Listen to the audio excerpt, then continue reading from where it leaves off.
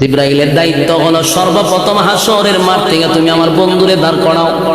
জিবরাইল পাগল পাগল হইয়া হাসরের মাঠ তালাশ করবে রে, আল্লাহর হাবিব কোথায় আছে। গোটা হাসরের মাঠ তালাশ করবে, জিবরাইল পাগল পাগল হয়ে যাবে, নবীরে পাবে না। যে জিবরাইল কতবার নবীর রোজায় আসছে, কিন্তু এখন নবীরে পায় না রে। গোটা হাসরের মাঠ তালাশ করে পাগল হয়ে যায়, নবীরে পায় না।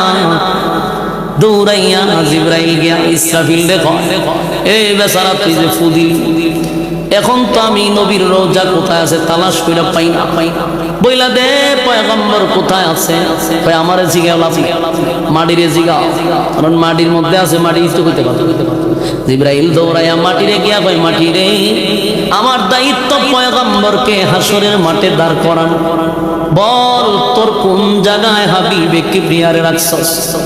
মাটি কয়, জিবরাইল ইসরাফিলে যখন বাঁশি বাজায়া দিছে, আমার মধ্যে এমন কম্পন সৃষ্টি হইছে, আমি মাটির মধ্যে মাটি নাই, এমন ওলট পালট হয়ে গেছে, আমি যে আমার মধ্যে নবীরে কোথায় রাখছি আমিও জানি না। কি বুঝলেন?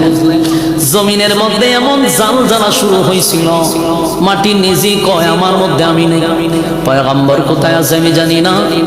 এবার আওয়াজ আসলো, জিবরাইল নেই। গোটা হাসরের মাঠে তালাশ করলে নবীরে পাইবা না। নবীর রোজা যেখানে আছে অবশ্যই সেখানে একটা নূরের আলো জ্বলতেছে, এই আলো দেখে বুঝতে পারবা এখানেই আমার নবী আছে। সুবহান।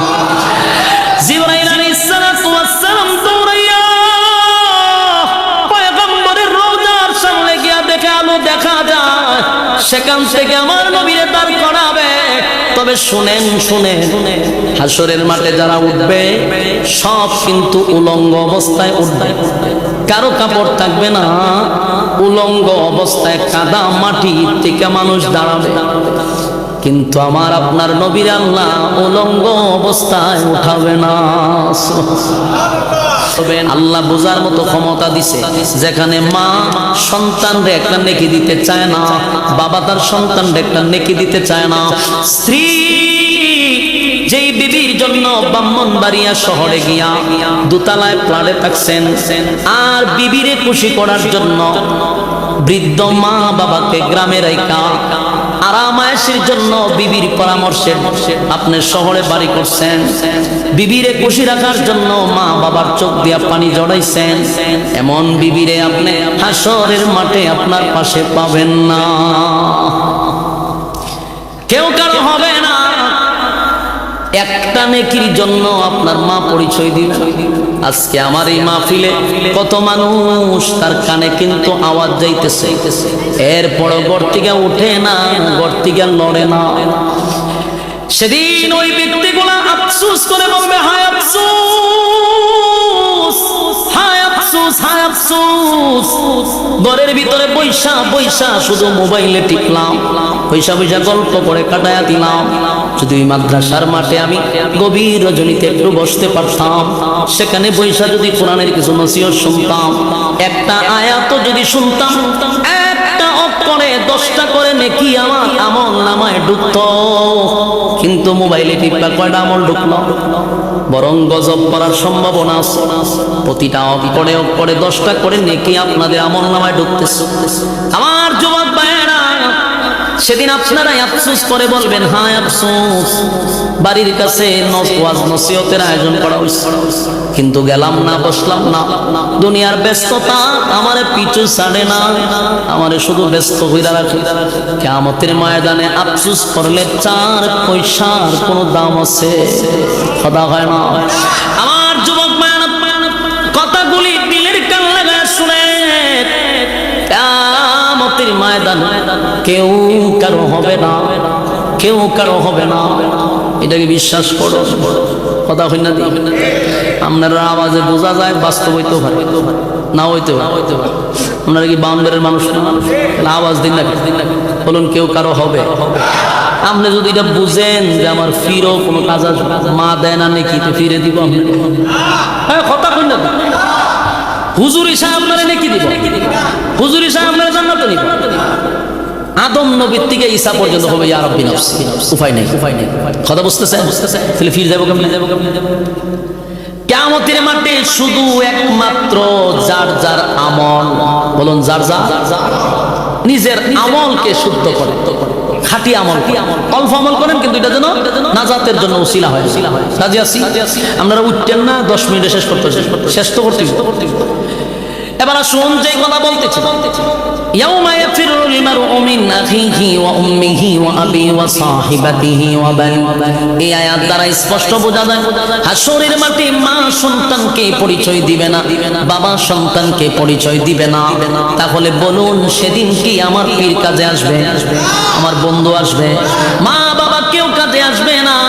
তাই উচিত এই পরীক্ষার হলে পরীক্ষায় পাশ করার দরকার। হাশরের মাঠে বিচারের ব্যবস্থা যখন শুরু হয়ে যাবে রে, মানুষ দুইটা দলে ভাগ হয়ে যাবে। একটা দলকে আল্লাহ ইল্লা আসহাবাল ইয়ামিন, একটা দল হবে বিনা হিসাবে জান্নাতি, সুবহানাল্লাহ। আরেকটা দল ডান হাতে আমলনামা লইয়া যাইব জান্নাতে, আরেকটা দলকে বাম হাতে দিবে আমলনামা। উপায় থাকবে না। বাম হাতে আমলনামা পাওয়ার পরে অস্তিত্ব থাকবে না। আল্লাহর নবী বলেন 3টা সময় হাশরের মাঠে সবচেয়ে বেশি ভয়ানক। মানুষ এতটা আতঙ্কে থাকবে। কয়টা সময়? 3টা জায়গা। যুবক বৃদ্ধ হয়ে যাবে রে, এতটা পেরেশানি হবে। 3টা মুহূর্ত ভয়ানক হাশরের মাঠে। 1 নাম্বার আমলনামা নেওয়ার সময়। এটা কি ডাইনে না বামে? অস্তিত্ব থাকবে না, অস্তিত্ব থাকবে না। 2 নাম্বার হলো মিজানের পাল্লায় যখন দাঁড়িয়ে থাকবেন আমলনামা ওজন দেওয়া হবে। মানুষ এত পেরেশানি করবে, আশ্চর্য হয়ে যাবে, আল্লাহ ডাইনে না বামে চিন্তায় পড়ে যাবে। আরেকটা হলো ব্রিজ পার হওয়ার সময় বলছে রাতের কিনারা, এটা কি পার হতে পারবেন না, মাঝখানে পড়ে যাবেন, সেই চিন্তায় মানুষ বৃদ্ধ হয়ে যাবে। আমার যুবক ভাইরা, যখন ডান হাতে আমলনামা দিবে মানুষ খুশিতে জান্নাতে চলে যাবে। বাম হাতে আমলনামা পাওয়ার পরে আল্লাহ যখন বাম হাতে আমলনামা দিবে রে, অস্তিত্ব থাকবে না। গার কিন্তু মস্কায়া দিবে, অস্তিত্ব থাকবে না। হাত মুসরায়া ভেঙে দিবে, গার মস্কায়া দিবে, অস্তিত্ব রাখবে না হাশরের মাঠে। এই অবস্থা দেখা সমস্ত নবীরা বলবে ইয়া রাব্বি নাফসি। হাশরের মাঠে নবীরা বলবেন মালিক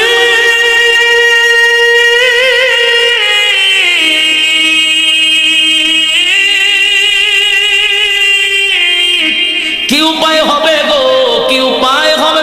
ইয়া রাব্বি নাফসি নাফসি নাফসি বলে চিৎকার শুরু করবে। কেউ কারো হবে না, কেউ কারো হবে না, কেউ কারো হবে না। আল্লাহ তখন বলবে নাফরমান আমলনামা দে, কি করছস? আপনাকে আমলনামা দেওয়া হবে, আপনি নিজে আমলনামা করবেন গো, এমন শিক্ষিত হবে আল্লাহ উচ্চ শিক্ষিত বানায়া হাশরের মাঠে দাঁড় করাবে। আমলনামা পড়বে না আর বলবেন আমার মালিক আমার প্রতি বেইনসাফি করে নাই। নিজে নিজেই বলবেন বেইনসাফি করে না। এরপরে আল্লাহ বলবে এবার আমলনামা বাম হাতে পাইছ। এরপর আল্লাহ বলেন ইন্না জাহান্নামা কানাত মিরসাদা, নিশ্চয় জাহান্নাম তোমাদের জন্য উট পেতে বসা, উট পেতে বসা। জাহান্নাম কিন্তু জাহান্নামীদেরকে ধরার জন্য উট পেতে বসা থাকবে। লিত্তাগিনা মাআবা, সীমা লঙ্ঘন যারা করছে, সীমা লঙ্ঘন যারা করছে, দুনিয়ার জমিনে মন গড়া জিন্দেগি চালাইছে, ওলামায়ে কেরাম বুঝাইলেও গাদ্দারামি করছে। আল্লাহ কয় সীমা লঙ্ঘনকারীদের জন্য জাহান্নাম।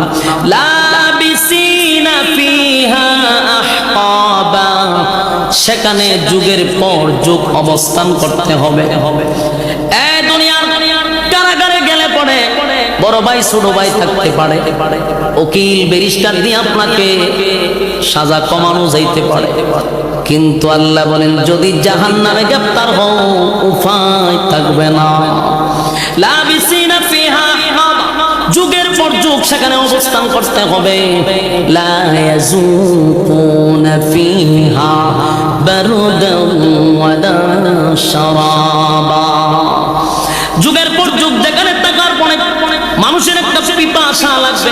পানি পানি পানি পানি বলে মানুষ চিৎকার শুরু করবে, কারণ 50,000 বছর হাসরের মাঠের একটা পিপাসা